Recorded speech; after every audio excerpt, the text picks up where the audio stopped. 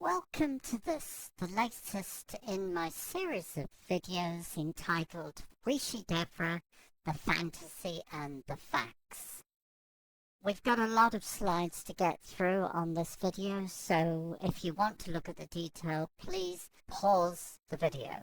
The slide on the screen now states the fact that 6% of the world's population are born genetic psychopaths. Here are some of the most infamous psychopaths responsible for the deaths of millions of people. In the psychopath's mind, the end justifies the means, which is why they tend to rise to the top in all fields of human endeavor. Put simply, they'll do whatever it takes to achieve their objectives, regardless of the costs to others. The two authors of the book Snakes in Suits, subtitle When Psychopaths Go to Work, looked at psychopaths operating in the corporate world. They came to the conclusion that in quick time, psychopaths ended up abusing the trust of their colleagues, manipulating others, and leaving the workplace in a shambles.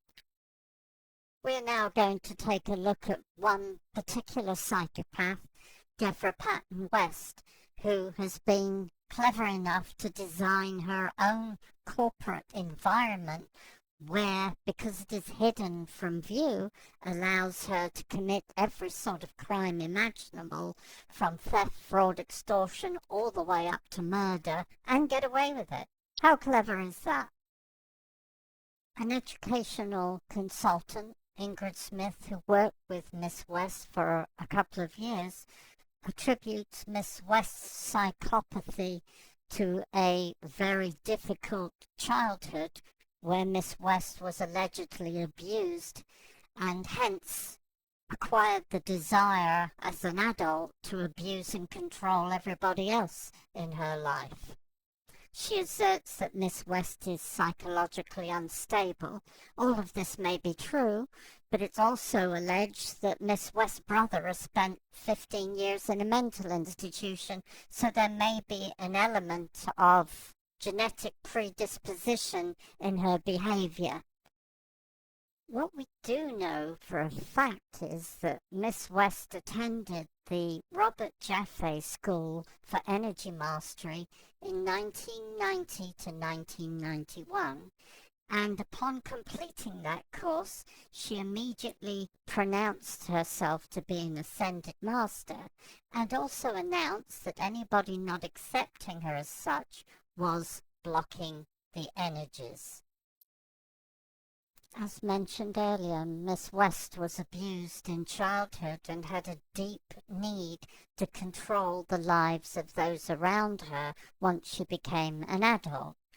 So to give Miss West knowledge of the occult was the equivalent of giving a terrorist a nuclear bomb. They had in their possession a weapon that you just knew they were going to use or threaten to use against other human beings, and that is exactly what happened with Miss West, though the first order of the day was to announce herself as an ascended master.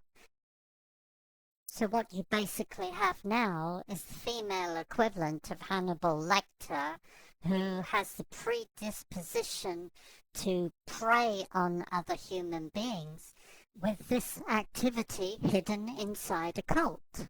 For all intents and purposes, to look like a quasi-religious organization, which means that she's given a huge amount of latitude under religious freedom laws to describe herself as a goddess, to make all sorts of ridiculous claims about herself without much risk of prosecution. Also, the other advantage of operating inside a cult, which is what Miss West runs, is that most of her crimes are kept hidden inside the cult under a veil of secrecy. On the screen now are just a small portion of the crimes committed during the time the whistleblower was either working for Miss West or researching his lawsuit. This is just the tip of the iceberg. Of course, Miss West is very well aware that the weapon she uses to target, attack, injure, maim, and even murder others is not even recognized by legal statute as a weapon, so it's unlikely she's ever going to be held to account, even for the suspicious deaths that occur around her. Which is why she struts around dressed up as a goddess, believing that her knowledge of the occult makes her a superior being and gives her dominion over the rest of us. Because Miss West has a voracious appetite for other people's money and demands to be worshipped by everybody around her, which includes forcing them to donate their net worth to her good causes and to fund her luxurious lifestyle, in no time at all she's worn out her welcome and laid waste to the community in which she operates as a parasite. And once the lie, the illusion that Miss West is a divine being can no longer be maintained, it's game over, forcing her and the senior members of her cult to move on to another community where she reincarnates herself with a different name, different business container to start the process all over again. As discussed in previous YouTube videos, Miss West would not last 5 minutes if it were not for the cooperation of her liars for hire, her accomplices in crime, chief amongst them Geoffrey Reynolds, Dr. Julio Williams, and long-term partner and ex-husband Jack West. In the rest of this video, I'd like to explore how Miss West manipulated Geoffrey Reynolds CPA into becoming an accomplice of hers and used him out front as point man to lie about crimes she committed against 2 other victims previously. On the screen now is a photo of Dr. Cole, who was violently assaulted probably at the beginning of the 2nd week of April in 2006. The assault by Miss West was vicious and was part of a campaign of violence aimed at extorting Dr. Cole's entire net worth, amounting to $1.3 million, which Miss West succeeded in doing. There's absolutely no doubt as to Miss West's guilt in the matter of the assault, not least because the day after she committed the assault, on April 17, 2006, she wrote to her entire mailing list admitting the assault. At the time, Reynolds was a new employee of Miss West, but he had already been duped into loaning her $300,000, his life savings. More written evidence on the screen that this is so from Rebecca West, Devra West's office manager at the time. Of course, rather than go to the police and report the crimes that were being committed around him by Devra Patton West, instead Reynolds decided to look after his own ass, and in so doing fell totally under West's control, who, having got $300,000 of Reynolds' money, was going to use it to control Reynolds for as long as she could and get every ounce of manipulation out of him that she could.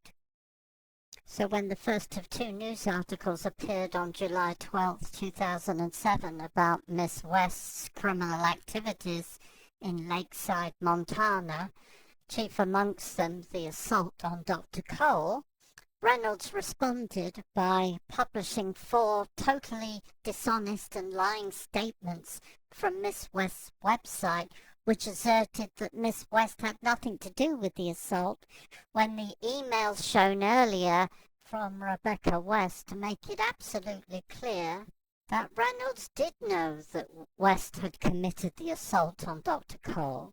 It is also highly likely that Reynolds had seen and read a copy of West's admission of guilt sent to her mailing list on the 17th of October 2006 that she had committed the assault against Dr. Cole. Reynolds continued to lie when interviewed by the Big Fork Eagle on August 9th, 2007, stating to the reporter that he felt that the injuries incurred by Dr. Cole were not the result of an assault by Miss West. Reynolds goes on to lie to the reporter, asserting that Dr. Cole owed Miss West $1.3 million, with ludicrous amounts of money being owed for an internship and for therapy fees. As if that was not bad enough, in what Reynolds thought was an off-the-record conversation with a reporter, Reynolds had confided to the reporter that John Watson, the whistleblower, would be dead within 12 months for causing the 2 newspaper articles to be published. While West and Reynolds were denying that Miss West had assaulted Dr. Cole, West's letter to her mailing list that she had assaulted Dr. Cole was published on John Watson's websites. On the screen now is Reynolds' written letter to John Watson's internet service provider, attempting to force that letter off his website. Of course, Miss West did assault Dr. Cole, and in April 2008 she was convicted of that assault. After the murder plot against John Watson, the whistleblower, failed, Miss West and Geoffrey Reynolds mounted a defamation lawsuit against John Watson for telling the truth. A defamation lawsuit, I might add, that Geoffrey Reynolds fronted. Again, this is Geoffrey Reynolds taking action to ruin financially and gag a total stranger because Miss West was holding him tightly on a leash and he had to do everything she told him to do or risk losing $300,000 of his own money that he'd been stupid enough to loan her shortly after he came to work for her. After all the bad publicity in Montana, after the 2 arrest warrants for West, the conviction for assault, the sheriff's sale, and multiple visits in court for fraud-related lawsuits as the defendant, it was time to move the cult away from Montana, where the divine being routine no longer flew. So Arslicker Reynolds, in one further attempt to ingratiate himself with his occult master, invited the cult to move down to his old hometown of Cave Creek, Arizona, so that the criminal gang could prey on his old neighbors and business associates. Who knows if Reynolds ever got his $300,000 back, but he's still associated with Miss West, so all the evidence is that he's still part of a criminal gang and still firmly on the leash. And like all psychopaths, Miss West's stock in trade is her ability to lie. So after all of this criminality, she's still pouncing around dressed up as a Greek goddess, pretending to be an ascended master. And here, bringing up the rear, is Toad of Toad Hall, Geoffrey Reynolds CPA, recommending the psychopath to his old neighbors and business associates in Cave Creek, Arizona. Next, we'll be putting up more of the statements from ex-employees and students who allege being mentally and physically abused by Miss West and in some cases robbed. Please be sure to like my video and please help me make it go viral.